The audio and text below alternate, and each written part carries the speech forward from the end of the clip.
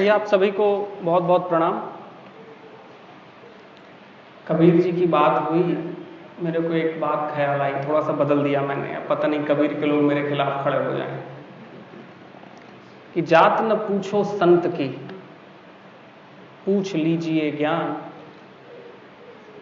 मोल करो तलवार का, पड़ी रहन दो म्यान। एक दूसरी बात अब कबीर जी कह दिया तो फरीद की भी कह दूं, थोड़ा बातें स्पष्ट हो जाएंगी। बाबा फरीद एक बार बैठे हुए थे, बैठे बैठे कुछ चिंतन चल रहा था, कुछ लोग साथ में थे, बातचीत शुरू हुई, चर्चा शुरू हुई। चर्चा करते करते उन्होंने अपने जीवन के संबंध में दो बड़ी घोषणाएं की थी, और वही घोषणाएं शायद हम इस प्रांगण से बैठकर भी करें तो बेहतर होगा। उन्होंने दो घोषणाएं की थी। उन्होंने कहा था कि अगर जीवन में कभी मुझे दान देना हो तो कैंची की जगह सुई लाकर दे देना, क्योंकि कैंची काटती है, सुई जोड़ती है। आज एक बहुत बड़ी घटना हो रही है। घटना यह हो रही है कि आज एक तरफ धर्म संसद बुलाई गई है। आपको पता नहीं, सब लोगों को जानकारी है या नहीं। अब असल में होता क्या है ना कि कुछ शब्द ऐसे हैं, हम बड़ी धर्मों की बात कर रहे हैं, हम नियमों की बात कर रहे हैं, हम आचरणों की बात कर रहे हैं, और जो बात करने वाले लोग हैं वो शब्दों की आत्मा को पकड़ने की कोशिश नहीं कर रहे। यही भारत का दुर्भाग्य है। संसद एक शब्द है, अंग्रेजी में उसको पार्लियामेंट कहते हैं, जो कि फ्रेंच के एक शब्द से आता है पार्लेमो। उसको छोड़िए, उसकी बात कौन समझे, हिंदी कोई समझ लें थोड़ा। संसद संसद संस्कृत के एक शब्द से आता है जिसका अर्थ होता है जहां पर बैठकर लोग किसी विशेष क्रम के लिए, किसी विशेष बात के लिए बहुत अच्छे तरीके से स्वयं को निछावर करने आया करते थे, जहां वो अपने आप का दान देने आया करते थे, और अपने आप को दान देकर वो किसी विशेष स्थिति में पहुंचना चाहते थे। उसका नाम संसद हुआ करता था। वो संसीधयति शब्द से आता है। संसद कोई डायलॉग नहीं होता, वो तो हमने अब क्या करिए, पार्लियामेंट हुआ, उसका हिंदी रूपांतरण करना था, हमने कर लिया। धर्म की दुनिया में जिस तारतम्य में आज संसद बुलाई गई है, मेरे को लगता है कि उससे बड़ी अधार्मिक घटना और कुछ नहीं हो सकती। उससे बड़ी अधार्मिक घटना और कुछ नहीं हो सकती। आज मैं एक दूसरी बात कहना चाहता हूं। साईं के मंदिर में बैठा हूं, मेरी आदत भी है थोड़ा खरा खरा बोलने की, क्योंकि आश्रम बने नहीं है, बनाने नहीं है। ध्यान में लोग आते हैं, मैं कह देता हूं कि गुरु कभी मत बनाना, पैर मत पकड़ना। तो थोड़ी सी खरी बात कह दूं कि आज एक तरफ संसद बुलाई गई है, सो कॉल्ड धर्म संसद, और दूसरी तरफ हम इस छोटे से शहर में परिचर्चा व्याख्यान कर रहे हैं। मुझे लगता है कि जिन भी लोगों ने सोची इसकी बात की चर्चा और व्याख्यान किया जाए, मैं समझता हूं वो ज्यादा कारगर होगी साईं के संबंध और साईं को समझने में, बजाय कुछ लोग बैठकर इस बात का निश्चय करें कि कौन ईश्वर, भगवान, संत, महात्मा, सतनाम हो सकता है। एक छोटी सी कहानी से अपनी मूल बात शुरू करूंगा। एक बार सुना है मैंने कि बहुत दूर किसी नदी के किनारे एक बहुत बड़ा गांव हुआ करता था। बड़ा समृद्ध था, लोग बड़े अच्छे थे, आपस में मिलकर रहते थे, खेतों की जुताई एक साथ करते थे, जो भी मिलता था सबको आपस में बांट लेते थे। और उसकी कुछ महक इतनी ज्यादा फैली कि सब तरफ से लोग आने लगे, उस गांव में बसने लगे। गांव में बसने लगे तो गांव जैसे हो गए, वही कार्य करने लगे जो पूरे गांव के लोग करते थे। धीरे धीरे करके जनसंख्या बहुत बड़ी हो गई, गांव भी बहुत बड़ा हो गया। ठीक उसी समय कुछ घटनाएं गांव के अंदर होने लगी। हुआ ऐसा कि हर एक आध दो वर्षों में कुछ बड़े तूफान आया करते थे। उन तूफानों के साथ अच्छी बारिश हुआ करती थी, और बारिश का सारा पानी नदी में जब जाता था तो नदी गांव तक प्रवेश कर जाती थी, कई घरों को गिरा दिया करती थी, कई सारे मोहल्लों को घरों से विहीन कर देती थी, बच्चे बिछड़ जाते थे। हर साल 1-2 साल के बीच में यह घटना होती थी। जब पहली बार यह घटना घटी तो लोगों ने सोचा कि चलो इस बार नदी का पानी कहीं गांव के अंदर आ गया है, चलो दूसरी तरफ गांव के बस जाते हैं। वो उस तरफ चले गए। फिर 2 साल के बाद यही घटना हुई, बारिश आई, आंधी आई, तूफान आया, नदी का पानी बढ़ा, फिर से गांव के अंदर आया, गांव का एक पार्ट फिर से खत्म हो गया। धीरे धीरे करके ये काम हर 2-3 सालों में चलता रहा। कुछ सालों बाद ऐसा हुआ कि गांव के अंदर कुछ एक लोग मौजूद थे, 10-20 परिवार बचे थे, और वो चिंतन कर रहे थे कि हम अब यहां से कैसे जाएं। उसी समय वहां पर एक फकीर आते हैं। फकीर एक पेड़ के नीचे बैठकर अपनी दुनिया में खोते हैं। तो गांव के लोग बोलते चलो इनसे ही पूछा जाए कि किया क्या जाए। गांव के लोग उन तक पहुंचते हैं, फकीर जगते हैं, उनसे पूछते हैं कि भाई ये तो हर साल की घटना हो रही है, हमने क्या ऐसा कर दिया कि हर साल गांव का पानी कहीं अंदर आ जाता है। और धीरे धीरे करके हमने सुना है कि कुछ सालों पहले ये गांव बड़ा समृद्ध था, बहुत अच्छा था, यहां सब कुछ धन धान्य से भरपूर था, गांव में अच्छे अच्छे घर हुआ करते थे, नारियां बहुत अच्छा श्रृंगार और सौंदर्य करती थी, सब कुछ था, अब तो कुछ नहीं बचा। फकीर ने कहा थोड़ा मुझे ज्यादा डिटेल में बताओ, चल क्या रहा है। तो लोगों ने कहा कि नदी का पानी हर साल अंदर आ जाता है और गांव के कुछ घर अपने साथ ले जाता है, और घरों के साथ कई बार लोग भी चले जाते हैं, और जो लोग पानी के साथ अपनी यात्रा पर नहीं जाते, अपनी अंतिम गति को नहीं करते, वो गांव छोड़कर चले जाते हैं। फकीर बहुत तेजी के साथ हंसने लगा। उसने कहा अरे मूर्खों, जब 100 साल से 50 साल से बीते इतने सालों से जब हर साल हर 1-2 साल में गांव का पानी, गांव में नदी का पानी अंदर आता है, तो कभी ये सोचा क्यों नहीं कि नदी के बारे में चिंतन किया जाए कि वो पानी क्यों अंदर आता है, क्या वजह है कि वो पानी हर 1-2 साल में अंदर आ जाता है। गांव छोड़ने से ज्यादा जरूरी है इस बात का चिंतन और मनन किया जाए, समझा जाए कि गांव का ये जो आज हाल हुआ है वो नदी की किन धारणाओं के कारण हो रहा है, नदी ऐसा क्यों कर रही। तब लोगों के समझ में आया कि कुछ भारी गलती हो गई। उन्होंने उसके ऊपर काम क्या किया ये तो मुझे पता नहीं, लेकिन आज भारत की स्थिति ऐसी ही है। आप लोगों को लग रहा होगा कि आज मैं बहुत कुछ सुन रहा था, आके पहले भी कुछ ऐसी चीजें मेरे सामने मुझे भेजी गई थी। मुझे भी लगता है कि भारत जैसा जो विशाल गांव है, जो एक विशाल सभ्यता है, उस विशाल सभ्यता में ऐसा क्यों होता है कि हर एक 20, 25, 15 सालों में विरोध स्वरूपी कुछ बाढ़ भारत में भी आ जाती है। आपको लग रहा होगा कि शायद साईं पर ये जो घटना हुई वो बड़ी नूतन है। असल में साईं जी के ऊपर मेरी चर्चा का मन, आग्रह 2 वजहों के कारण हुआ था। सबसे पहली वजह तो ये थी कि मुझे लगा, और आज साईं के भक्तों के लिए कड़ू बात कहने वाला हूं, मुझे लगा कि साईं के भक्त कहीं पर कमजोर हो गए। इसलिए नहीं कि वो कुछ नहीं किए या विरोध होना चाहिए, बल्कि मुझे लगा कि शायद उनके जैसे व्यक्ति, उनके जैसे आदर्श और उनके जैसे व्यक्ति के साथ चलने वाले लोगों ने विरोध का भी जो तरीका अपनाया वो बड़ा गैर साईं पंथ का था, वो बड़ा गैर साईं था। कहीं पर झंडे उठाए गए, कहीं पर किसी की जैसे राजनीति के मैदानों में होता है उस तरीके से पुतले जलाए गए। मैंने साईं पर चर्चा इसलिए स्वीकारी क्योंकि मुझे लगा कि आज भारत के अंदर जरूरी है कि जब ये हमले अगले 20-25 सालों में फिर किसी दूसरे के साथ हो, तो एक ऐसा आध्यात्मिक तरीका होना चाहिए जो भारत में कभी पहले बहुत विकसित था वो दोबारा विकसित हो।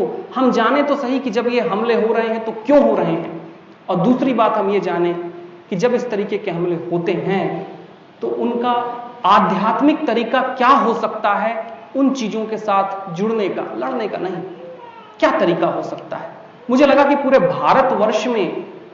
भारतवर्ष में साईं जी के जिनकी बहुत नमन है, भक्ति है, प्रेम है, अगर आज कहीं साईं मौजूद होते, और जितना मैं उनको गहराई के साथ देखता हूं, मुझे लगता है कि आज उनको थोड़ा सा चिंतन करना पड़ता कि कोई मेरे ऊपर प्रहार किया, कोई मेरी आपकी श्रद्धा के ऊपर प्रहार किया, लेकिन हमने क्या तरीका अपनाया विरोध करने का।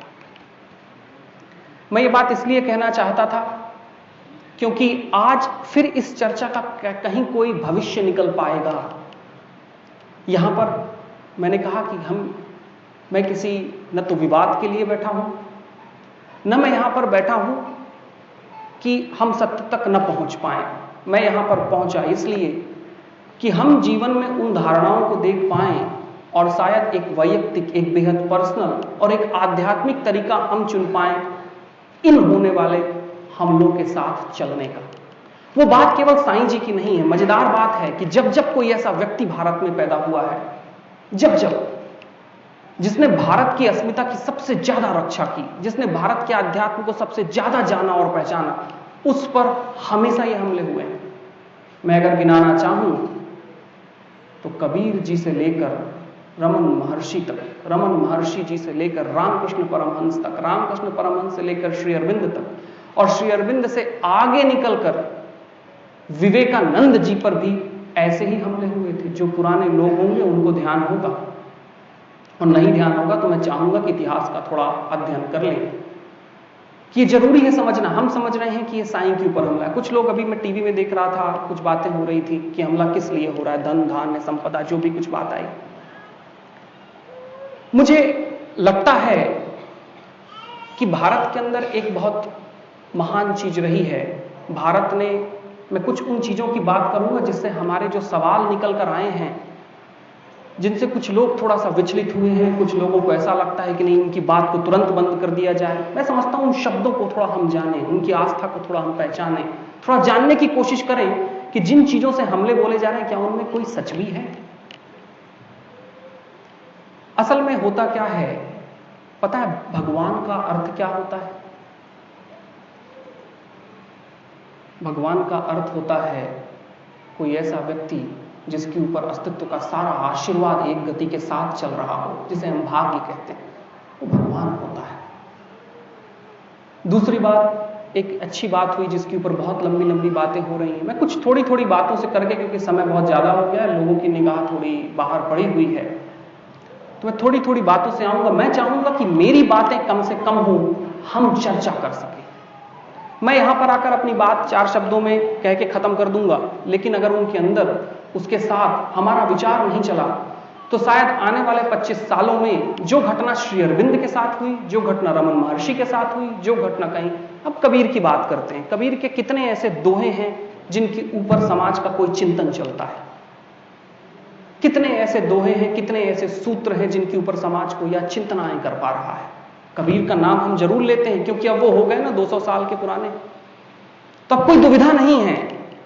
जो उस समय होना था, जो उनको करना था, सब कुछ हो गया। अब समाज के अंदर उनका अस्तित्व नाम के अलावा, और जो थोड़े मोड़े लोग हैं, जो किसी विशेष, हमारे जैसे लोग, कहीं पर कुछ लोग जो विशेष समयों पर उनके दोहों का इस्तेमाल कर लेते हैं, लेकिन उनके दोहों के ऊपर, उनकी सोच के ऊपर, उनके व्यवहार के ऊपर क्या भारत के अंदर पिछले 100 सालों में, और 100 साल तो बहुत लंबे होंगे, कोई 100 साल का आदमी नहीं होगा, 30 सालों में कितने ऐसे लोग हुए जो कबीर जी के प्रवचनों में जाकर, कबीर जी के दोहों के ऊपर होने वाले प्रवचनों में गए हैं?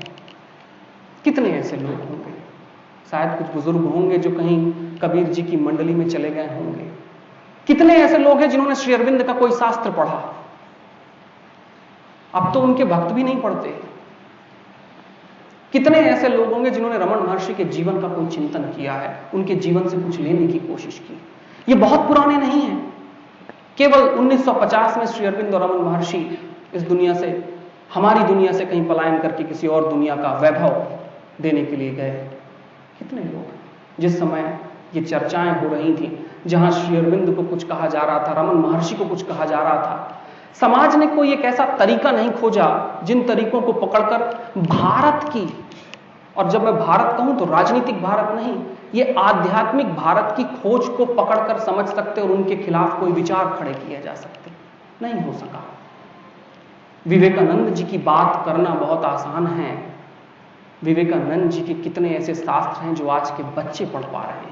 रामकृष्ण जी की कौन सी ऐसी किताबें हैं जो रामकृष्ण मिशन के अलावा कहीं और पर हमारे घरों की शोभा नहीं, हमारे जीवन का हिस्सा बनकर हो। कितनी ऐसी बातें। ये बातें इसलिए नहीं हो सकी क्योंकि जब हमले बोले गए तब कोई आध्यात्मिक स्वरूप हम नहीं निकाल सके उन हमलों की सच्चाई को पता करने के लिए। मैंने वहां पर एक बात कही है, सतनाम।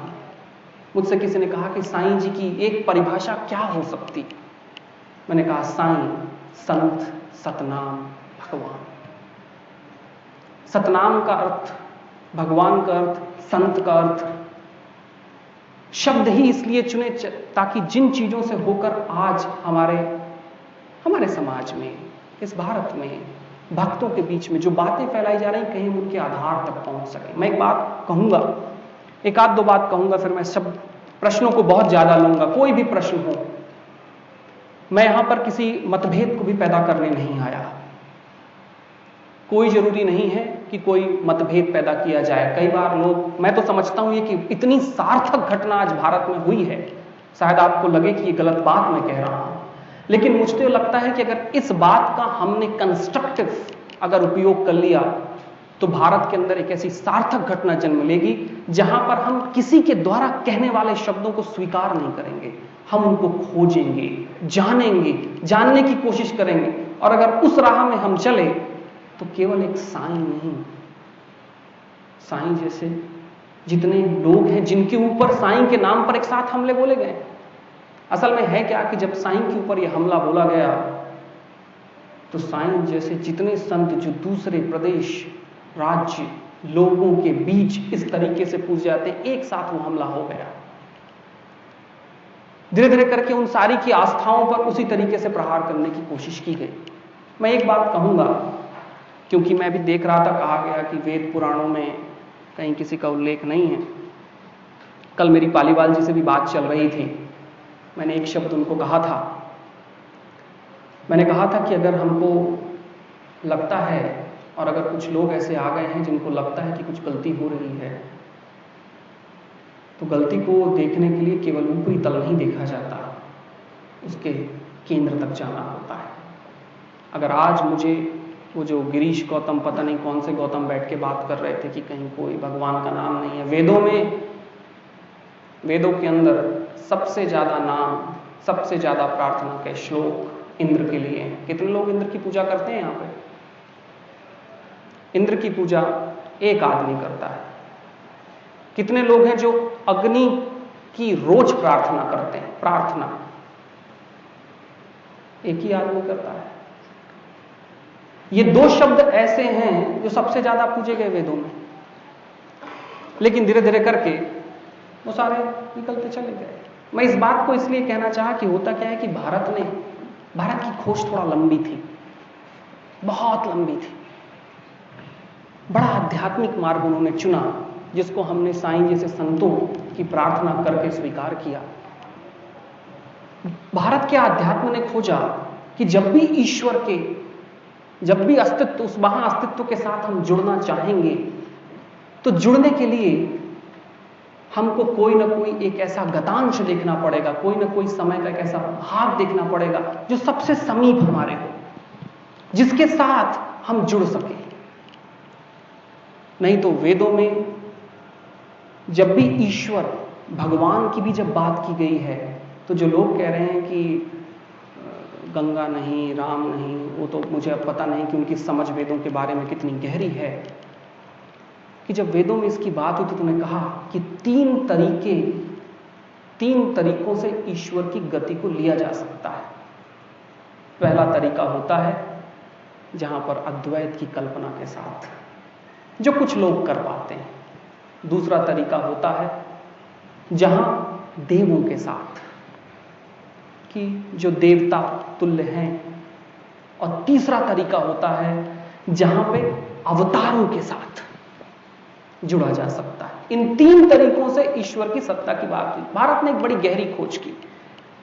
भारत ने खोज की कि अद्वैत बड़ा मुश्किल पड़ जाता है लोगों को, निराकार में जीना बड़ा मुश्किल पड़ जाता है। बोले थोड़ा साकार ले लो। साकार लिया देव, तो देव तो बहुत ही दूर के दिखाई दिए। बोले और थोड़ा पास पहुंच जाते हैं, अवतारों को हम ले लेते हैं, वो हमारे जीवन के बड़े करीब हैं। और मजेदार घटना हुई है कि भारत ने जितनी इसके बारे में खोज की उतना भारत को गति मिली। अगर भारत के अंदर अवतार नहीं होते तो शायद भारत के अंदर जो धर्म की दीक्षा देने वाले लोग हैं वो शायद दीक्षा देने के लिए कुछ दे नहीं पाते। भारत के अंदर शायद शास्त्र का कोई भी शास्त्रार्थ तब तक नहीं हो सकता था जब तक वो इन लोगों को छू कर न जाता हो। हमें अगर कहा जाए इनकी कहानी अगर कहनी पड़े तो शायद हमारे दिल को छूती है। तो भारत ने बड़ा अद्भुत तरीका खोजा था। इस तरीके से उन्होंने लोगों के साथ जुड़कर धर्म की वेदी को प्रहर बनाने की कोशिश की थी। एक अंत की बात कहूंगा, फिर मैं सवालों के ऊपर आऊंगा। सवाल इसलिए नहीं तो शायद कुछ लोग ऐसा सोचने लगे कि मैं सवालों से बचना चाहता हूं, बड़ा विरोधाभासी विषय है, जल्दी से खत्म करने की इच्छा। कोई इच्छा नहीं जल्दी से खत्म करने की। मेरे को 3 साल पहले किसी ने साईं मंदिर में बुलाया गया था कि मैं एक बात करूं सबके मालिक एक के ऊपर। तो हमारी 2 दिनों तक सबके मालिक एक के ऊपर ही बात चलती रही, वही खत्म नहीं हुआ। तो साईं जी के जो चरितार्थ है, जो चरित्र है, जो उनके जीवन की जो गीत है, उनके जीवन के जो गीत है, उसको करने के लिए तो बहुत लंबी बात है। वो तो अच्छी एक अनन्य तरीके से होगी। आज मैं बात करना चाह रहा था कि जहां पर जिन तरीकों से हमारे सामने विरोध लाए गए हैं, उन विरोधों के बीच में से कौन सी ऐसी धारा निकल सकती है जो समाज को गति देने के लिए अपना काम कर सके। क्योंकि अगर वो धारा नहीं निकली तो या तो हम बटेंगे, जिसकी बहुत गहरी कोशिश है। भारत में हुआ क्या, जरा देखिए क्या हुआ। कहीं कोई कबीरपंथी हो गया, कहीं कोई श्री अरविंद पंथी हो गया, कहीं कोई रमन महर्षि पंथी हो गया। ये हमले इसलिए नहीं है कि पेटी के लिए, जो लोग पेटी की बात करते हैं मुझे लगता है कि हम उसके गहराई में नहीं देख पाते। ये हमले इसलिए हैं ताकि कहीं से, मुझे ऐसा लगता है कि कहीं से एक और पंथ निकल कर आ जाए। कुछ लोग ऐसे हो जाएं जिनके लिए हम एक नया पंथ हो गया तो वो पंथ अब दूसरे पंथ से लड़ने लगे कि नहीं अब हमारे राम नहीं, अब हमारे कृष्ण नहीं, अब हमारे ये नहीं, अब हमारे वो नहीं। एक छोटी सी बात करता हूं और वो शायद मैं आज शंकराचार्य जी के लिए कह रहा हूं। इसलिए कह रहा हूं क्योंकि मुझे शंकराचार्य जो उपाधि है, जो उनकी महावेदी है, वो बड़ी प्रिय है। शंकराचार्य जी के व्यक्तियों से मैं संबंध नहीं जोड़ता, उस वेदी के साथ संबंध जरूर जोड़ना चाहता हूं क्योंकि उसने भारत को महादिशा महागति दी थी। एक बार की घटना हुई थी कि किसी से शंकराचार्य जी जब भाष्य दे रहे थे, आदि शंकराचार्य जी, तो भाष्य देते देते उन्होंने कुछ उदाहरण ऐसे दिए जो उदाहरण वो कभी दिया नहीं करते थे। बड़े छोटे कुम्हारों के, कुछ ऐसे लोगों के जिनके उदाहरणों में नाम नहीं आता था। तो एक वर्ग था जो थोड़ा घबरा गया, बोला अरे इनके मुख से भी अगर वो बातें निकलने लगी तब तो हद होगी, वो जमाना भी वैसा था। खैर शंकराचार्य जी, आदि शंकराचार्य जी और उनकी सोच, उनका विचार भारत के लिए बहुत इंपॉर्टेंट था, गति थी। उन्होंने एक बात धर्म के संबंध में कही थी कि जब भी धर्म की यात्रा होगी अहंकार शून्य होता जाएगा, क्योंकि धर्म की यात्रा में हम खोते जाते हैं, वो बचता है। मुझे लग रहा है कि आज जो झगड़ा शुरू किया गया कि कौन किसके नीचे है, कौन किसके ऊपर है, हम इस मंदिर पर आए हुए हैं, सब लोग आरती करके गए। वहां पर कृष्ण जी की छोटी सी, कृष्ण लल्ला की एक छोटी सी उनके चरणों पर रखी हुई थी। अब लोग उसको पकड़ के झगड़ा कर रहे हैं। मैं समझता हूं कि जब तक हमारी ये दृष्टि रहेगी तब तक हम धर्म से बहुत दूर हैं। जब तक छोटे और बड़े का प्रश्न हमारे आधार में है, शायद धर्म को हमने छुआ नहीं। हो सकता है कि उसकी नदी के किनारे से निकल गए हों, उसकी हम धाराओं के ऊपर लंबी लंबी बात कर लें, बता दें कि नदी बहुत चौड़ी है, सनातन धर्म बड़ा चौड़ा है, लेकिन अगर छोटे बड़े का प्रश्न अगर हमारे आधार में छिपा हुआ है, शायद धर्म की यात्रा हमने कभी नहीं की। और जब तक धर्म की यात्रा नहीं होगी, तब एक घटना अवश्य होगी, तब हम जीवन में जहां पर भी खड़े होंगे हम उसको बांटना चाहेंगे। कहीं यहां बांटना चाहेंगे, कहीं वहां बांटना चाहेंगे। एक सवाल किसी ने किया मुझसे, जब इस कार्यक्रम की बात हुई तो कार्यक्रम के बारे में जब लोगों को मालूम पड़ा तो बोले आप तो मतलब कंट्रोवर्सी क्रिएट करना चाहते हैं। मतलब कंट्रोवर्सी कोई क्रिएट करने का ना तो इच्छा है ना कुछ कंट्रोवर्सी, इस बात पर क्या क्रिएट करनी है। तो एक बात हुई, उन्होंने पूछा कि अरे बड़ी बात है हिंदू और मुस्लिम की। मैंने एक बात कही थी, मैंने बोला साईं जब आए थे ना शहर के अंदर शिरडी में, पहले खंडोबा के मंदिर गए थे, लोगों ने बोला कहीं और जा, यहां नहीं आ, टूटी फूटी मस्जिद है, पहुंच जा वहां। पहुंच गया वहां, बोले जो रास्ता दिखाओगे उस रास्ते पर मैं चला जाऊंगा। भाई जो रास्ता आपने दिखाया उस रास्ते पर मैं चला गया। और बड़ी इंटरेस्टिंग घटना है कि उसको भी उन्होंने जो नाम दिया, उस नाम की गहरी क्षमता को भी लोग देख न सके। मैं इस बात को इसलिए कह रहा हूं क्योंकि जिन व्यक्ति ने सवाल किया था वो यहां पर मौजूद हैं। उनको मैंने आधा जवाब दिया था, पूरा जवाब दे दिया।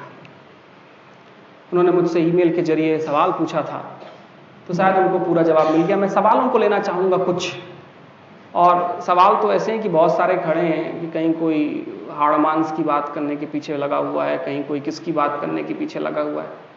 औचित्य वाले सवाल हो, क्योंकि विवेकानंद ने एक बात कही थी, बोला जब से हमारे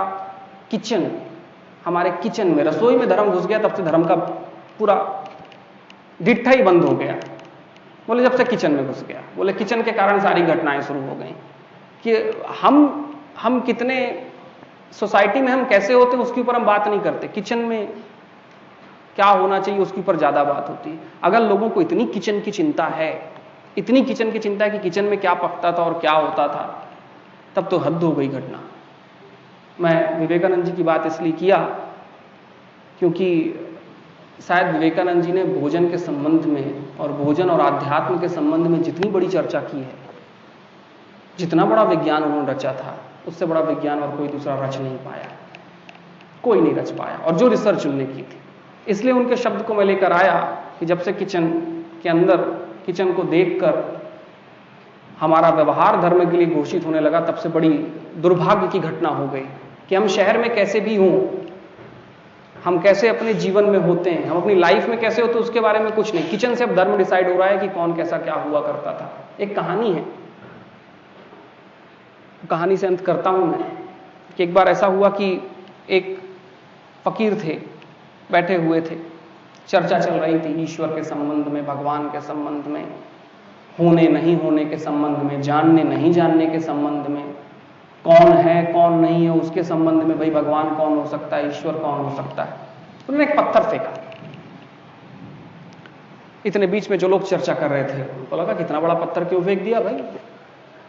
तो लोगों की अचानक आवाज आई, बोले साहब महाराज इतना बड़ा पत्थर क्यों फेंका, हम तो चर्चा कर रहे हैं कि भगवान कौन, ईश्वर कौन, संत कौन, ये कौन वो कौन, और आप तो यहां पत्थर फेंक के। बोले जवाब दे दिया, जवाब मैंने दे दिया कि जिन क्षणों में पत्थर फेंका गया और जितनी आवाज से तुम चौंके, उस चौंक से मैंने जवाब दे दिया। भक्तों को और समझ में नहीं आया, बोले तो और गूढ़ बात कह रहे हो कि पत्थर फेंक के तुमने जवाब दे दिया कि कौन संत, कौन भगवान, कौन ईश्वर, कौन। बोले बात थोड़ा लंबी है, कल बात करूंगा। तुमने सोचा कि कोई बहुत बड़ा शास्त्र कल बताने वाले हैं कि भगवान कौन हो सकता है। सुबह हुई, जो भी डेली के काम थे वो सारे काम खत्म किए, लोग आए उनके पास, बोले अब तो बता दो कि उससे जवाब क्या था, जवाब तो हम सुन नहीं सके। तो बोले घटना को देख रहे हो कि मैंने पत्थर फेंका, पत्थर ने आवाज की, तुम उस घटना को देख रहे हो, घटना के पीछे जिसने घटना कराई उसको अभी तक छू नहीं पा रहे, जिसको नहीं छू पा रहे वही वो घटना करा रहा है, और वही ईश्वर, वही भगवान है। यही भारत की घटना है, यही भारत की घटना है कि हम उसको देखकर वही जिसे लोग खड़े थे ना वहां पर, उनके शिष्य जो तय कर रहे थे, तय करने वाले भी वो लोग हैं, वो तय करेंगे भक्त की भक्ति नहीं, भक्त का परमार्थ नहीं, भक्त नहीं, राजनेता तय करने वाले हैं। मैं उनको राजनेता इसलिए नहीं कहता, राजनेता बहुत दूसरे तरीके की किस्मत समझिएगा, ये राजनेता लोग ही होते हैं जो तय करने में, क्योंकि तय करने में वही जुटता है ना कि कौन क्या हो सकता है। नियम कानून तो वही बनाता है, नियम कानून तय करना सत्ताओं का काम होता है। धर्म तो एक टिप्पणी करता है, संदेश देता है, संदेश देकर वो चला जाता है। एक अंत में बात कहूंगा कि बहुत सारी बातें जो लोगों के पास पहुंची होंगी, आई होंगी, उन सारी बातों में से अगर हमें कोई चर्चा का रूप देना है, अगर हमको, तो हमें एक बात को ध्यान रखनी पड़ेगी कि हम किसी ऐसे प्रांगण में बैठे हुए हैं जिस प्रांगण में कटु सत्य भी बोला जाए तो इतनी नम्रता के साथ बोला जाए कि उस कटु सत्य को भी, उस सत्य की भी जो कड़वाहट हो मिश्री की तरह होनी चाहिए। साईं ने वही किया था कि जिसको कठोरता के साथ उन्होंने अपने पास नहीं आने दिया, उसी को रुपयों देकर बोला कि चल जा।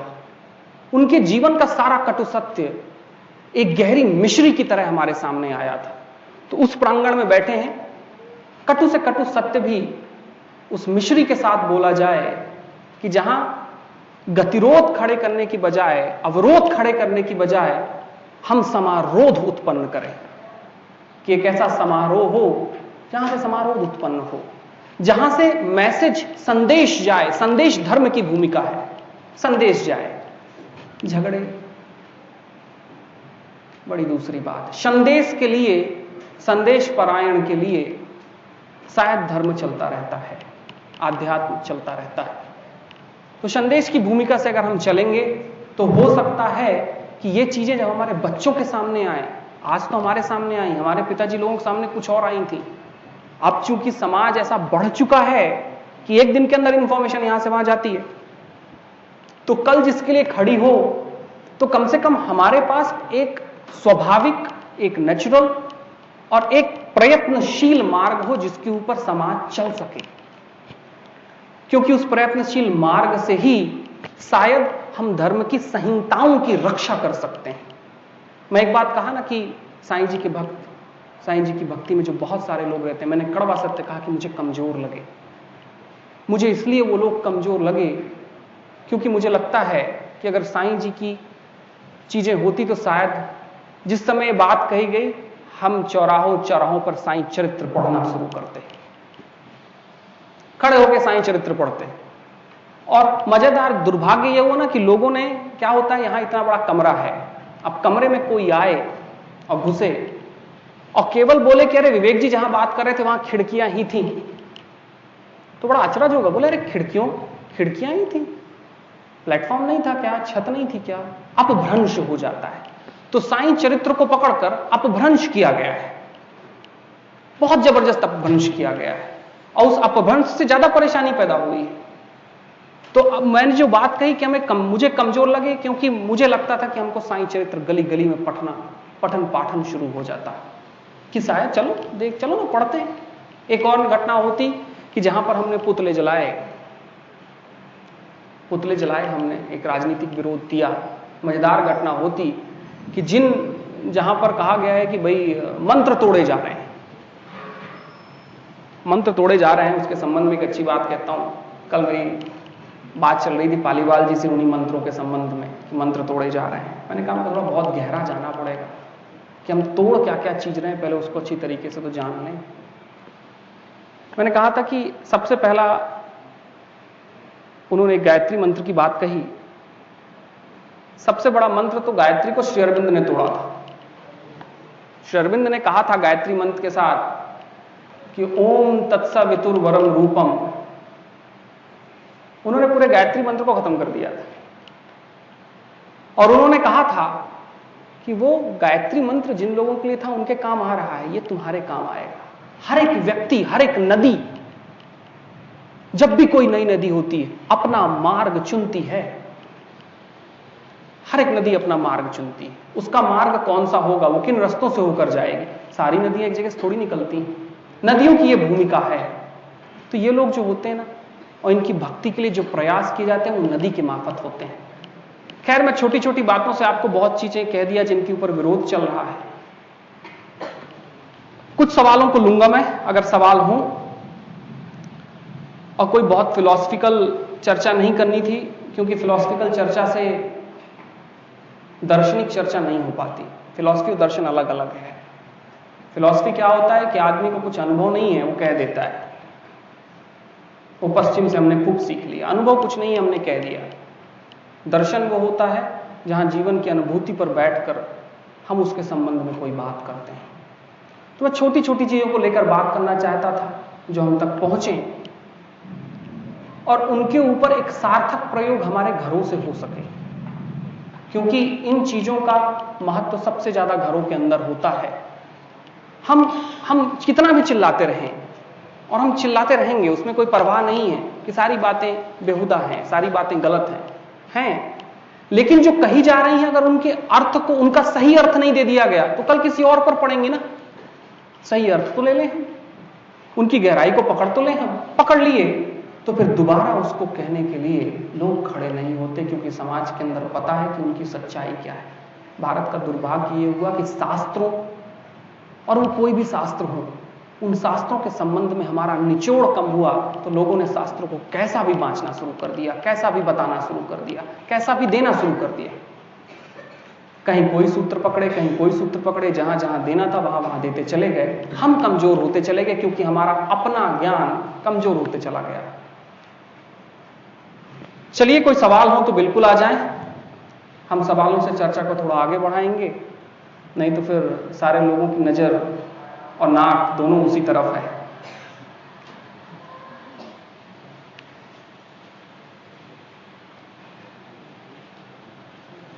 किसी के कोई सवाल हो तो बिल्कुल कर सकते हैं।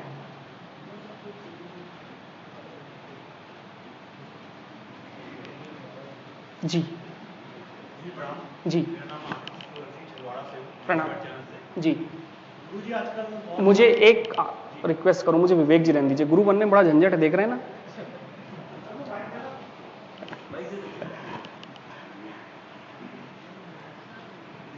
रिसेंटली मीडिया में चल रहा है 4-5 दिनों से, एक लव जिहाद नाम का क्वेश्चन बहुत बार उठ रहा है कि हिंदू धर्म की लड़कियों को बहला फुसलाकर दूसरे धर्म के लोग धर्मांतरण कराकर शादी का प्रस्ताव कर रहे हैं, शादी कर ले रहे हैं, बाद में धोखा, मतलब इस द्वारा धर्म का दुरुपयोग करके शादी हो रही है।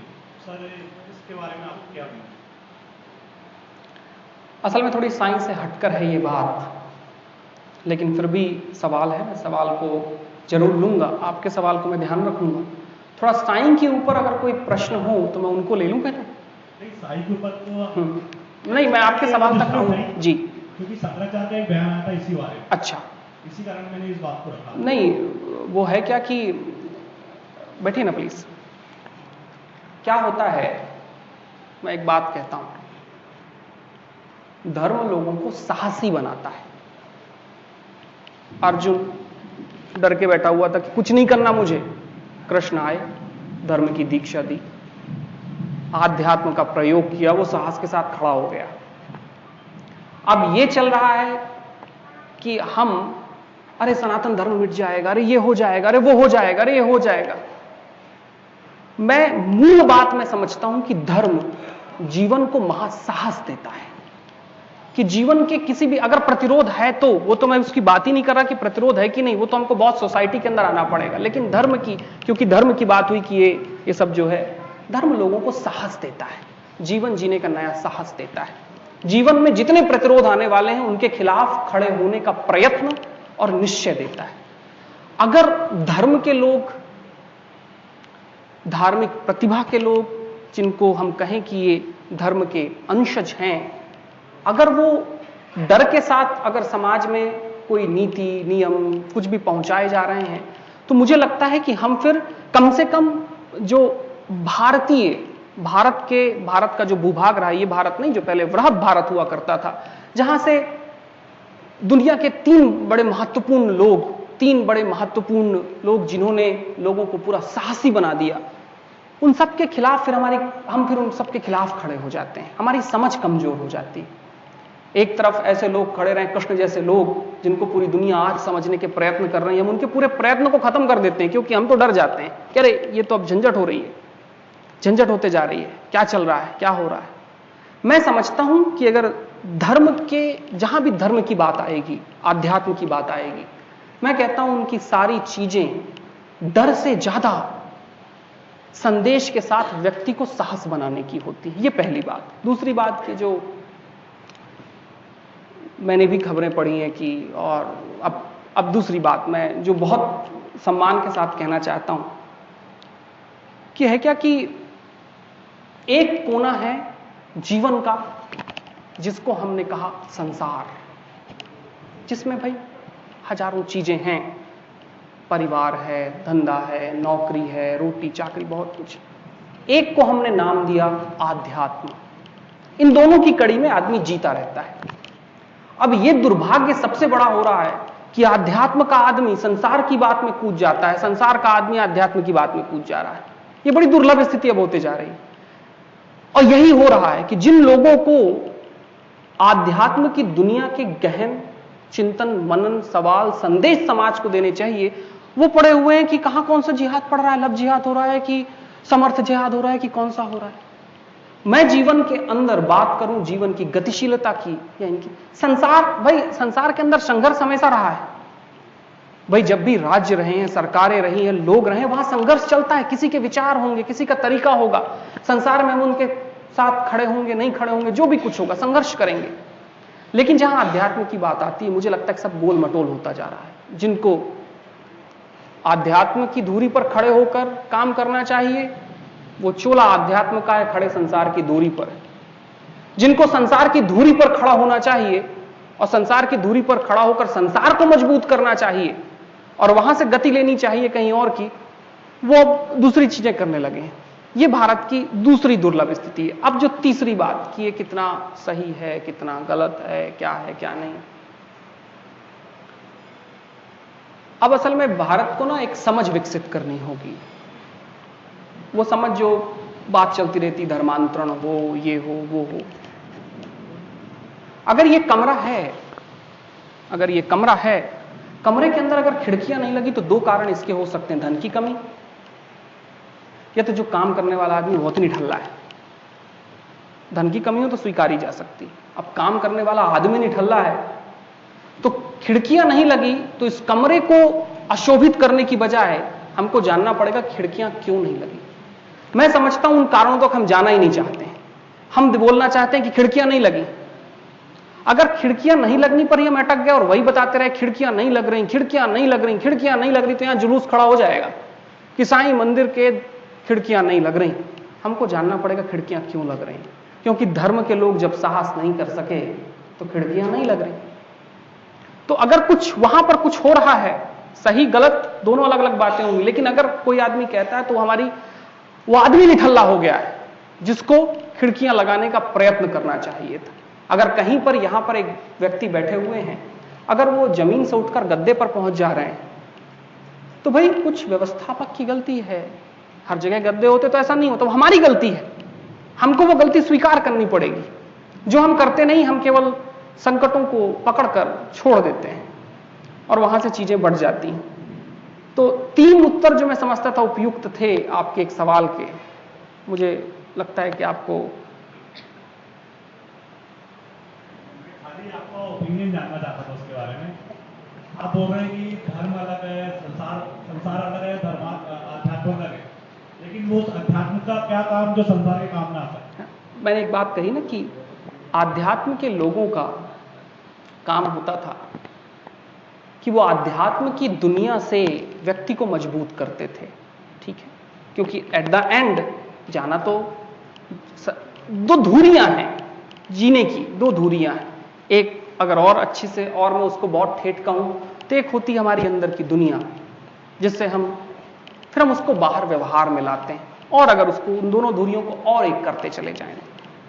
मैंने ये कहा कि आध्यात्म के लोगों को, जिनको आध्यात्म को पकड़कर हमको मजबूत करना था, वो कहीं वहां उसको पकड़कर ज्यादा चलने लगे। जिनको वहां पर मजबूत होना था वो यहां ज्यादा चलने लगे।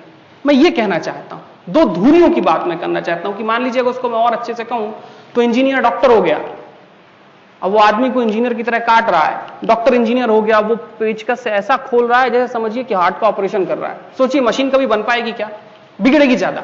ये मुझे स्थिति दिखती कि जिसको बहुत अच्छे तरीके से कपड़े बनाने चाहिए वो बेचारा प्लास्टर करने पे पड़ा हुआ है। तो हमारे हिंदुस्तान में दिखती बिल्डिंगें कितनी अच्छी हैं, और जिसको प्लास्टर करना चाहिए वो कपड़े बनाने में पड़ा हुआ है। तो ये घटना हो रही कि गड्ढ मड्ढ वाला काम हो गया है। अब मुझे लगता है कि आपको किसी के कोई सवाल हो भाई तो कर लें जी।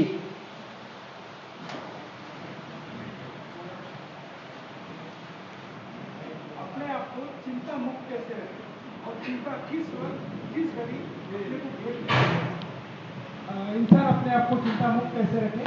यदि कोई निश्चित समय रहता नहीं चिंता का कि किस समय आदमी चिंतित हो, तो इस ऐसे समय में जब आदमी एक इंसान चिंता से ग्रसित हो, उस समय उसके लिए ऐसा कौन सा उपाय है कि चिंता मुक्त हो?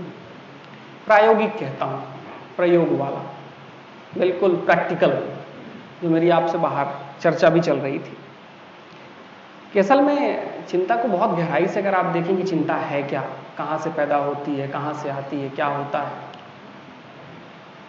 तो हम जिन जिन चीजों में अपने आप को जहां जहां हम इन्वॉल्व होना चाहते हैं या जहां पर हम चाहते हैं कि हमारे इन्वॉल्वमेंट से चीजें हों या जहां पर हम दखलंदाजी करना चाहते हैं, उन चीजों के बारे में वो हमारी प्रवृत्ति हमको चिंतन पर मजबूर करती है। चिंतन। अब क्या होता है जब दखलंदाजी हम ढंग की नहीं कर पा रहे हैं मान लीजिए या हो नहीं पा रही, तो वो चिंतन थोड़ा सा रूप विभक्त करता है और अब वो चिंता टेंशन के रूप में हमारे सामने आता है कि हम उसके बारे में दखलंदाजी हो नहीं रही लेकिन चल तो रही है, बातें हो तो रही है, हमको पता भी नहीं। अब दूसरी घटना ये होती कि जब जैसे ही ये स्वरूप आदमी में आता है तो उतना इनसेक्योर होते जाता है, क्योंकि हम जब दखलंदाजी ढंग से दे नहीं पाते, कर नहीं पाते, तो हम इनसेक्योर हो जाते हैं। जितने इनसेक्योर होते जाते हैं उतना हम पर चीजें हावी होते चले जाती है। बेहद प्रैक्टिकल चीज होती है जो आपने भी 2-3 दिन हम लोग ध्यान कर रहे थे, उस ध्यान के दौरान मैंने एक चीज कही लोगों को जो कभी भी कोई उपयोग कर सकता है कि जब भी कहीं ऐसा लगे कि चीजें हम पर हावी हो रही हैं, कि जो चीजें शायद एग्जिस्ट नहीं करती वो भी हम पर हावी हो रही हैं, तो बिल्कुल गहरी सांस पेट से लिया करिए, जो अनहद की दूसरी प्रक्रिया है, एक छाती से एक पेट से। क्या होता है कि चिंता भी एक रस है, एक स्वाद है, उसका भी एक स्वाद है, लोगों को उसका भी स्वाद आता है। अगर वो स्वाद नहीं चले, देखिए अब जैसे सेलफोन रोल लोगों के होते हैं, ट्रेन में लोग चलते हैं, एक ही पेपर को 20 बार पढ़ लेते हैं कि अब और कुछ नहीं मिला तो एक ही पेपर को 20 बार उलट पलट के फिर से रख देंगे, फिर पढ़ेंगे, फिर से रख देंगे, फिर से पढ़ लेंगे। तो ये इसलिए होता है क्योंकि उसका भी एक रस है, रस जब तक मौजूद है वो चलता रहे। सबसे बढ़िया अनहद की दूसरी विधि होती है पेट से सांस लेने की। जितनी गहराई से जाती है हम रस से उतना ज्यादा अपने आप को मुक्त करने लगते हैं। तो चिंता से मुक्त होने का आप उन चीजों को नहीं गिता सकते, उसका रस खत्म करना। हमको उसका रस है, वो पसंद है, हम भले उसको कितना अवॉइड करना चाहें, उसका भी रस है। जिनको हम अवॉइड करना चाहते हैं ना, कई बार इनको हम बोलते हैं पसंद नहीं है, वो नापसंदगी भी एक तरीके की पसंदगी ही है। दोस्ती भी गहरी दुश्मनी ही है। दुश्मन ज्यादा ध्यान आता है, दुश्मन ज्यादा ध्यान आता है, दोस्त कम आता है। वो भी एक गहरी दोस्ती, दूसरे तम संबंध में है, बातचीत नहीं होती लेकिन दोस्ती गहरी है। भाई किसी के कोई सवाल हो कर लें, तो फिर मैं एक सवाल मेरा। साईं बाबा पे जो विवाद चल रहा है उसमें एक मांसाहार का भी है, मांसाहार के कारण की विवाद का एक सब्जेक्ट है, उसमें शंकराचार्य को उसका मांसाहार करने वाला अधर्मी है, तो शाकाहारी धर्म मतलब ठीक। ऐसा अगर होने लगे तो कई सारे स्टेट ऐसे हैं कि वहाँ पे मेन उनका फसल टाइप है, बोलना चाहिए उनका इकोनॉमी उसके ऊपर डिपेंड है, तो क्या वो अधर्मी है? ठीक है, मैं समझ गया। एक अच्छा सवाल पूछा इन्होंने जिसके ऊपर बहुत बवाल भी मचा कि मांसाहार शाकाहार। अब तो पहली बात कि अगर ऐसा होता ना तब तो जीसस को मुश्किल पड़ जाएगी, बहुत मुश्किल पड़ जाएगी। और कभी हमारे जैसे लोगों से पूछिएगा कि अगर आपकी वो वाली बात सत्य है तो फिर जीसस का क्या, हम शायद ना थोड़े से यहाँ वहाँ होके गायब हो जाएंगे, कुछ कह नहीं सकते ज़्यादा। यही बात कहीं और अगर लागू की जाए, यही बात अगर लागू कर दी जाए कि पैगंबर साहब का फिर क्या, तो हम भी फिर पीछे हो जाएंगे। और अगर इसके ऊपर भी थोड़ी सी और बात कर ली जाए कि भाई अच्छा वो भी ठीक है, यहोवा का क्या, जो यूजों के महागुरु हुए, तब तो और मुंह छुपाना पड़ेगा। खैर ये तो अब मतलब मैंने कहा ना खान पान। अब मैं थोड़ा इसके गहराई पे आता हूं। असल में है क्या कि जीवन में हम जैसे प्रतिक्षण मर रहे हैं, हम प्रतिक्षण मर रहे हैं, और जैसे ही मरते हैं वैसे फिर से जिंदगी शुरू हो जाती है, आती जाती सांसों के साथ बाहर निकलते हैं, मरते हैं, अंदर लाते हैं, फिर से जीवन होने लगता है। असल में जो शाकाहार मांसाहार का जो एक प्रश्न आया, जिस प्रश्न के ऊपर काफी चिंतन आध्यात्म ने किया, आध्यात्म के लोगों ने, भारत ने लंबी खोजें की, उसकी खोज के साथ उसने एक और इंटरेस्टिंग चीज कही थी, महावीर जी की। महावीर जी की खोज तो शायद अहिंसा के संबंध की उससे बड़ी खोज नहीं हो सकती। अगर हम महावीर जी के तरीके से देख लें तो हमारे सारे शंकराचार्य, सारे भगवान सबके सब अधर्मी कहलाएंगे। हम तो भाई साग सब्जी भी खाते हैं, महावीर जी ने अहिंसा का परम रूप धारण किया। उन्होंने तो कहा कि किन किन चीजों में, आप कभी जरा उनकी बातों को देखिएगा कि भाई जो महावीर जी जिस तरीके से अहिंसा का परम रूप लिया, उन्होंने जो परम तत्व के साथ चिंतन किया और बोला कि नहीं अहिंसा किन किन अर्थों में नहीं होनी चाहिए। तो जो सो कॉल्ड सनातन धर्मी है ना, जो बढ़िया दूध पीते हैं, बढ़िया दूध पीते हैं, कुछ नहीं लगता। जरा सोचिए, जो हम बड़ी वेज नॉन वेज की बात करते हैं उसको बड़ा जस्टिफाई कर दिए हैं कि अरे नहीं गाय माता, थोड़ा सा अपने को अगर हटाएं और तर्क डालें, गाय का दूध किन के लिए होता है, बच्चों, मां का दूध किसके लिए होता है, बच्चों के लिए होता है। हम किसी मां का दूध छीन रहे हैं और हम उसको बड़ा जस्टिफाई कर देते हैं, बहुत जस्टिफाई कर देते हैं। जरा सोचिए, जो फलों को हम खाते हैं, जिन फलों को खाते हैं, क्योंकि उनका रुदन हमको दिखाई नहीं देता, रुदन बिल्कुल नहीं दिखता है, वो फल किस लिए आते हैं, किस लिए आते हैं, बीजों के लिए। बीज से एक नया पौधा निकलता है, नया पेड़ बनता है। वो तो और हिंसा हुई, क्योंकि कई बार अगर आपने एक दिन में अगर आधी किलो बीन्स खा ली हैं, बरबटी खा ली हैं, तब तो आपने कितने सारे लोगों की हत्या कर दी। वहां पर भी जीवंश है, अगर जीवंश नहीं होता तो एक नया पौधा नहीं निकलता। अब लोग उसको जस्टिफाई करने लगते हैं कि अरे इसका इतना अंश, उसका उतना अंश। चलो मैं और उन चीजों को न पकड़ूं। हमारे शरीर के अंदर कितने बैक्टीरियाज होते हैं, एक एंटीबायोटिक खाते हैं सबको खत्म कर देते हैं। किसने किसने एंटीबायोटिक खाई अभी 3-4 महीनों में? आपने तो लाखों करोड़ों हत्याएं कर दी, करोड़ों हत्याएं, एक ही अरबों हो गई, मतलब जितनी भारत की जनसंख्या उतनी हत्याएं कर दी। मैं इस बात को इसलिए समझाना चाहता हूं क्योंकि क्या हुआ है कि हिंसा और अहिंसा के अर्थ को न समझकर हम उसको ला दिए हैं कि ये वेज नॉन वेज ऐसा वैसा जो भी कुछ चला है। हमको ना उसके थोड़ा गहरे अर्थों को पकड़ना पड़ेगा कि किन अर्थों में कहा गया था। जितना आदमी आधार में धर्म और आध्यात्म की श्रेणियों के साथ जाता गया, जितना वो अंदर जाता गया, जितना अंदर जाता गया, उसने उतने अंदर जीवन के हिस्से को देखना शुरू किया।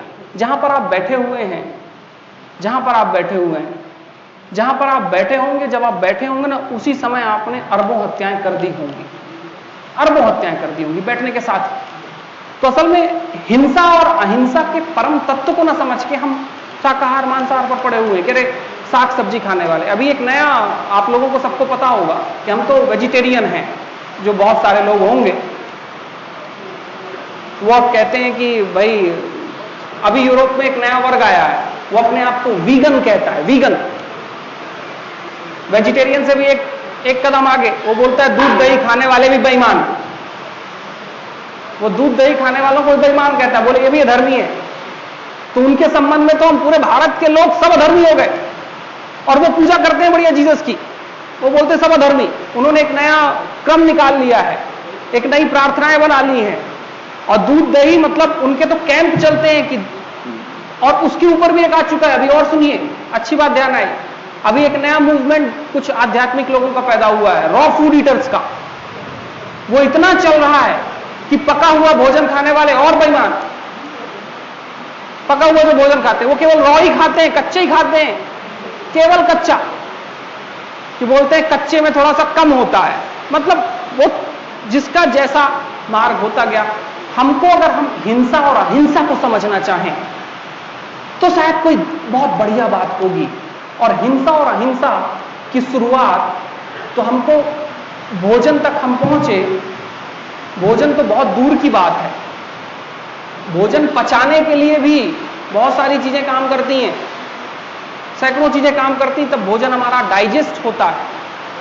तो थोड़ा सा हिंसा और अहिंसा को, ये जो है ना, हम भोजन से थोड़ा हटाकर अगर जीवन के संबंध में देखना शुरू करें, तब एक घटना जो मैंने कही थी कि जब हम जूते भी वहां रख के आएंगे ना, एक कहानी है कपिल जी के जीवन की, कि वो गए हुए थे यूएस, अमेरिका 1967 में। तो एक बंदा उनके पास आता है, घर के अंदर आता है, वो बहुत तेजी के साथ दरवाजा बंद करता है। वो उसको बोलते बाहर निकलो। बोले साहब हो क्या गया? बोले दरवाजे को पीट के आए हो तुम, प्रणाम करके आओ, हिंसा हो गई ना। तो थोड़ा सा फिर हम जीवन के सारे संबंधों में देखना शुरू करें ना कि हम कहां पर अहिंसक हैं, कहां पर अहिंसक हैं। कोई ऐसा आदमी है क्या, मतलब मजेदार घटना होगी कि हिंसा और अहिंसा की हम बात करते हैं। हिंसा तब शुरू होती है जब हम अहंकार की दुनिया में लोगों का अपमान शुरू करते हैं, वो सबसे बड़ी अहिंसा है। हम उनके अस्तित्व को खत्म करने की कोशिश करते हैं। अहिंसा वो है जहां विरोधी भी प्रेम में जीता हुआ बड़ा प्रेमी लगता है। महावीर जी के जीवन के घटनाएं कि जिन लोगों ने उनके कान में क्या क्या नहीं किया, उनको भी उन्होंने बोला कि नहीं सब बढ़िया। जो सांप उनको आके काटा, उसको भी दुग्ध का दान दिया। तो फिर वहां से हम हिंसा और अहिंसा के मूल मंत्र को समझने की कोशिश करते हैं। अब ये भोजन में पढ़ के ना हम हिंसा और अहिंसा के अर्थों तक नहीं जा रहे। मजेदार घटना होती कि उसकी बात करने के पहले हम जीवन में एक महादान देना शुरू करते कि हिंसा क्या अहिंसा क्या, तो समाज थोड़ा बदल भी जाता, बदलता भी। शायद पत्नी के साथ हम एक क्षण के लिए ढंग से बात कर पाते, बच्चों को एक क्षण के लिए कम डांट पाते। तो थोड़ा सा हिंसा और अहिंसा की तरफ देखें। ये तो साग सब्जी में चढ़ के ना बहुत झंझट है, फिर थोड़ा और सोचिएगा मैंने जितनी बातें कही। सांस भी नहीं ले पाएंगे। सांस लेते हैं आप तो लाखों लोगों को अंदर ले लेते हैं, विदा कर देंगे उनको भी आप। तो जब तक, और मरने के बाद भी मजेदार घटना है कि जब हम मरते हैं तो मरते जब हैं तो शरीर में जो भी 2-5 घंटे हमको रखा जाता है, तो लोग जल्दी जल्दी विदा कर देते हैं, बोले हटाओ ना, खत्म करो काम को। तो 2-5 घंटों में तो वही एक क्षण है जहां पर हम किसी को थोड़ा बहुत जीवन दान देते हैं, नहीं तो बाकी पूरे समय हम मारते ही रहते हैं। मतलब डॉक्टर सबसे बड़े कातिल, सबसे बड़े कातिल, अगर उन अर्थों में लिया गया तो।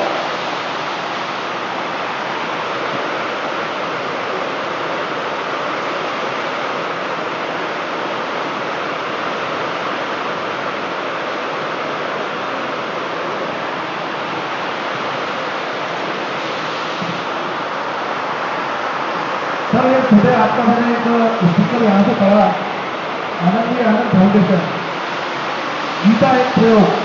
आज सैकड़ों सालों से यह हिंदुस्तान गीता पर बातें कर रहा है, पर कृष्ण का चरित्र मुझे कहीं नजर नहीं आता, और इस आज के भारत को देखकर तो बिल्कुल नहीं।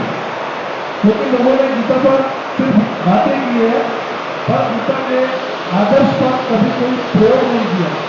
गीता मनुष्य के आधार पर एक प्रयोग है, इसलिए मैं गीता पर सिर्फ बातें नहीं बल्कि समाज के अंदर एक प्रयोग करना चाहता हूँ। थोड़ा इससे प्रकाश डालेंगे, यह आपको रिक्वेस्ट।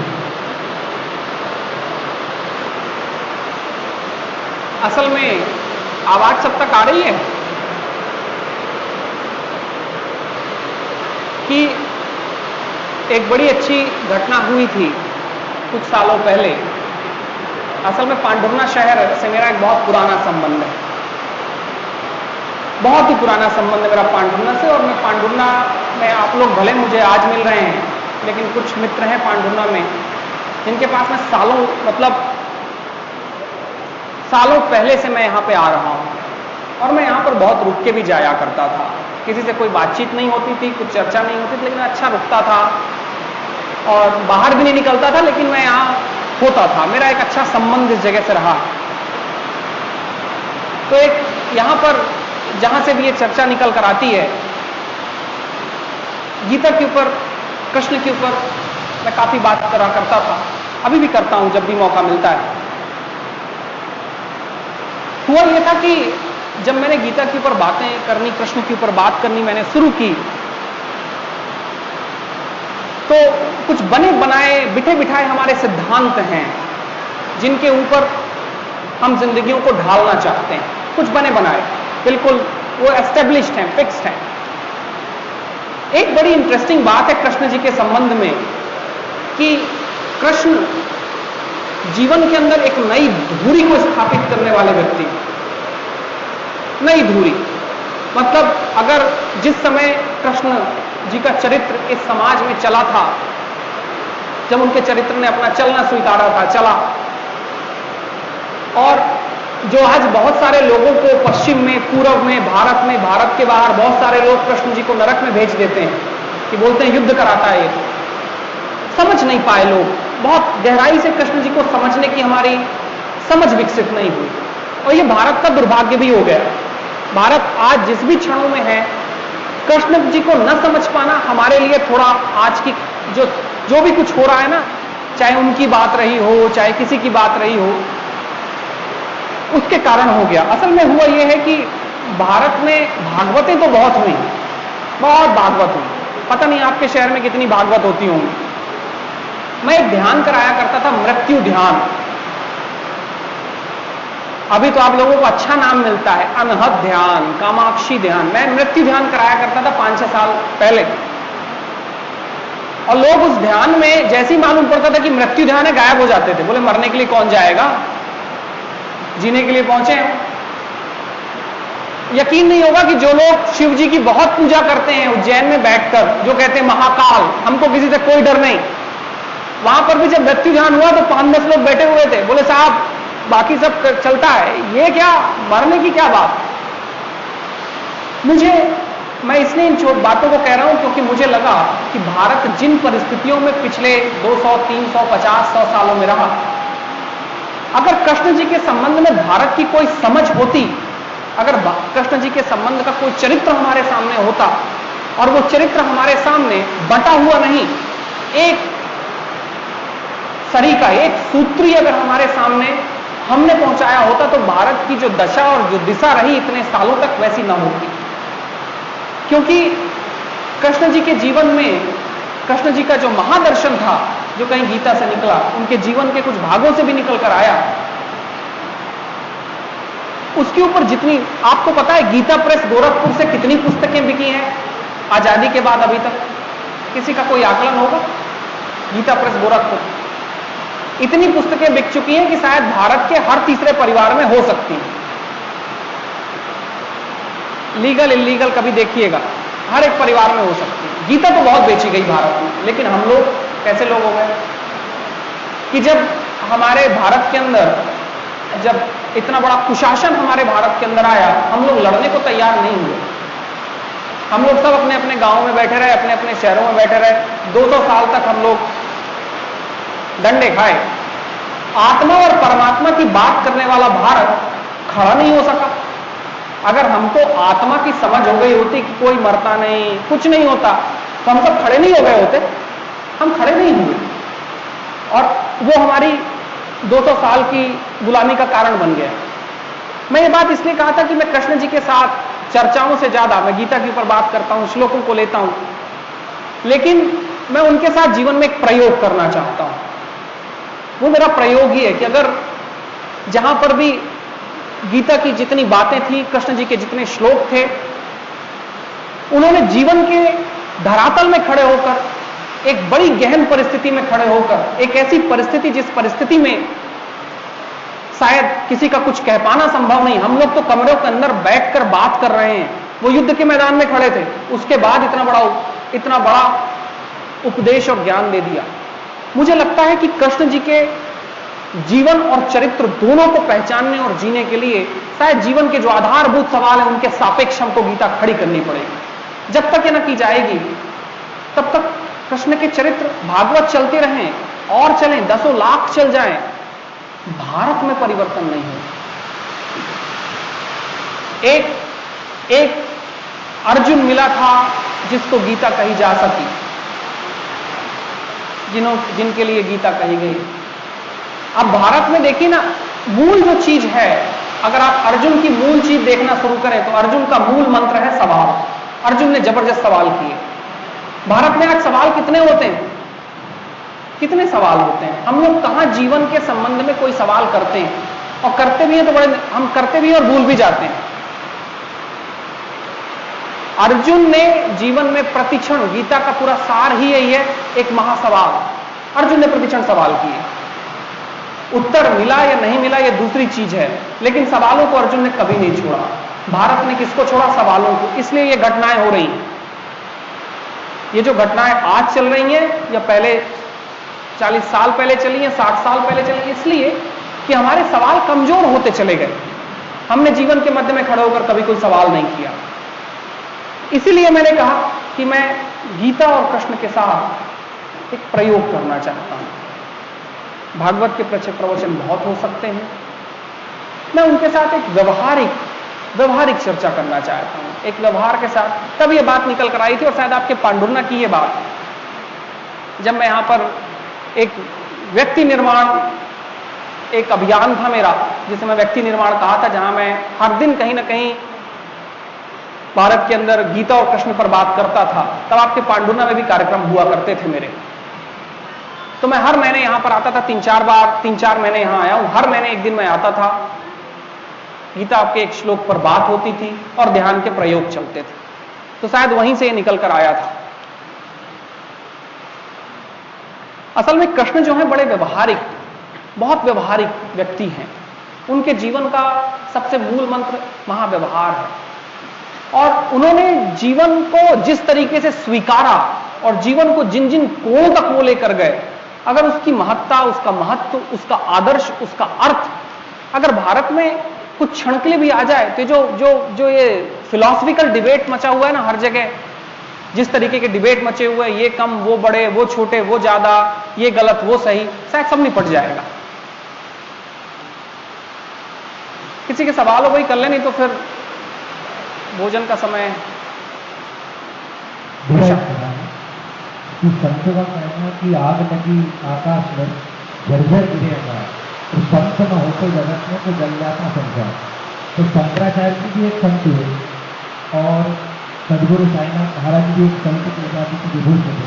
तो एक संत ने दूसरे संत के ऊपर इस प्रकार का जो आरोप लगाया है कि मूर्ति पूजन नहीं होना चाहिए, या इस प्रकार का चिंता वास्तविकता में होना चाहिए या नहीं, बस यही जानना चाहता हूं। नहीं, मैं तो शुरुआत में ही कहा कि मुझे लगता है एक बहुत मतलब, हम जब चीजों को, जब द्वितीय विश्व युद्ध हो रहा था, मैं एक उदाहरण देता हूं, जब द्वितीय विश्व युद्ध चल रहा था तो बहुत हानि हुई, बहुत कुछ गलत सही हुआ। लोगों को लगा कि ये तो बहुत दुर्घटना होती जा रही है, लेकिन अगर द्वितीय विश्व युद्ध नहीं हुआ होता तो शायद अभी तक के कितने देश खत्म हो गए होते। उसके बाद कोई महायुद्ध जैसी स्थिति नहीं बनी, क्योंकि उसने वहां जो भी कुछ हुआ उसके बाद लोग सघन हो गए। कोई एटम बम नहीं फूटा उसके बाद, बने बहुत, फूटे कहीं नहीं। तो आज हम जब खड़े हैं तो लग रहा है कि चीजें शायद है। मैं इसको बहुत कंस्ट्रक्टिव लेना चाहता हूं। मैं इसको कंस्ट्रक्टिव इससे लेना चाहता हूं क्योंकि एक भारत के अंदर जब भी कोई मसले हुए हैं, संवाद नहीं पैदा हो सका। संवाद का अर्थ होता है कि जहां पर दोनों तरफ से एक समागम पैदा हो, उसको संवाद कहते हैं। जब भी ऐसी घटनाएं कभी भी हुई हैं, विरोध हुआ, ये हुआ, वो सब, मतलब तोड़ा ताड़ी ज्यादा हुई, संवाद पैदा नहीं हुआ। मैं इसको इसलिए कंस्ट्रक्टिव लेना चाहता हूं कि अगर भारत में अंदर ये मौका मिला संवाद पैदा करने का, तो शायद ये भारत में जो उन शास्त्रों के संबंध में हमारी समझ कम होते जा रही है कि भगवान कौन, ईश्वर कौन, ये कौन, वो कौन, शायद हम एक बहुत गहरी समझ पैदा कर देंगे भारत के अंदर।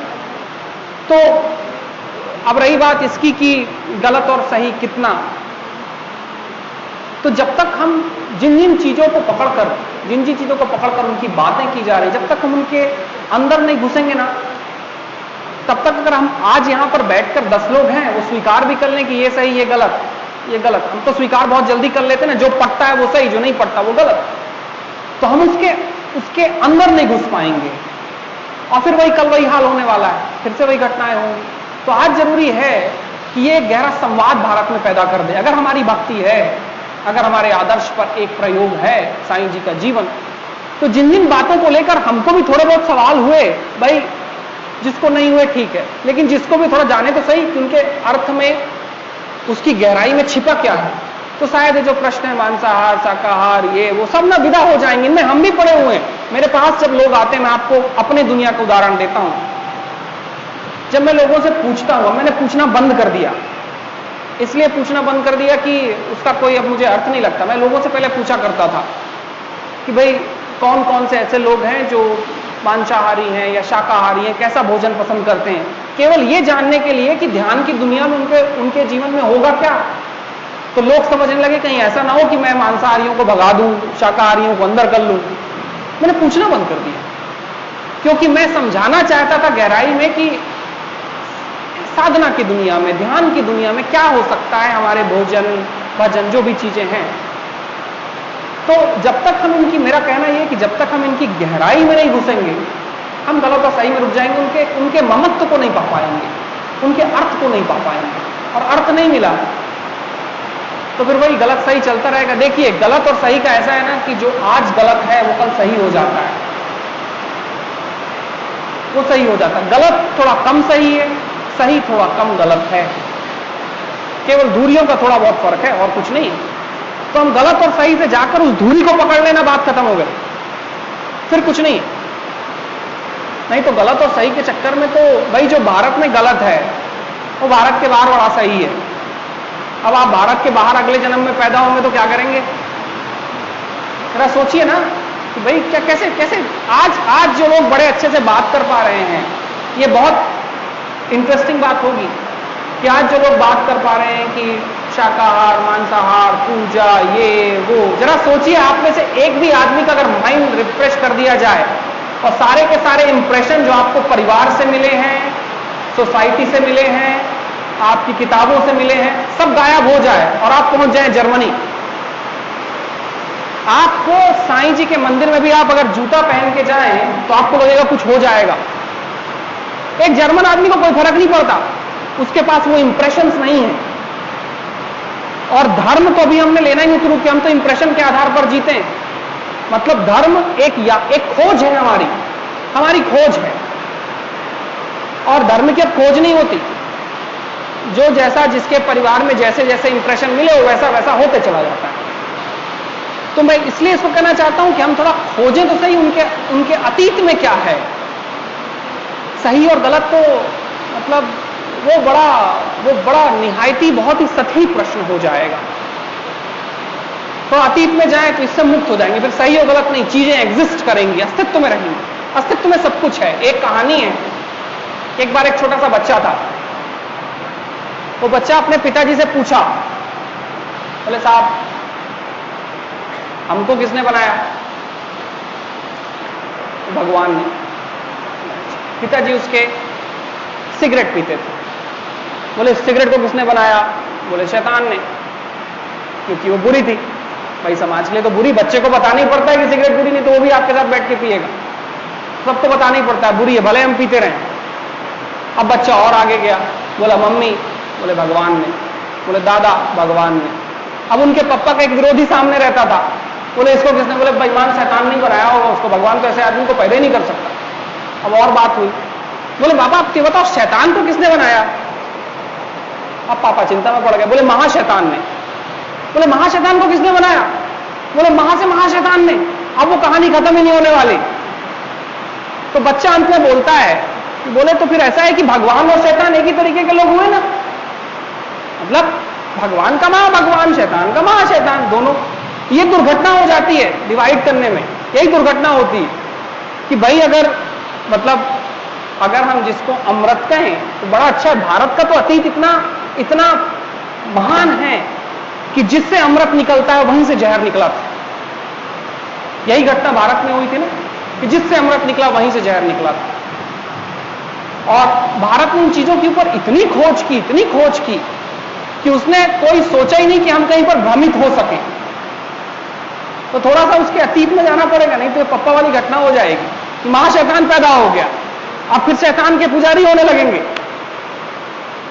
भगवान और शैतान तब थोड़ा सा ना,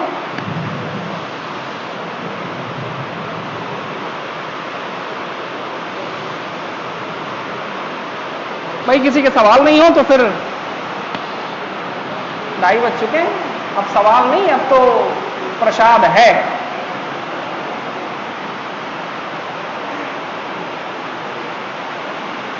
चलिए किसी के सवाल नहीं है तो फिर मैं विराम देता हूं।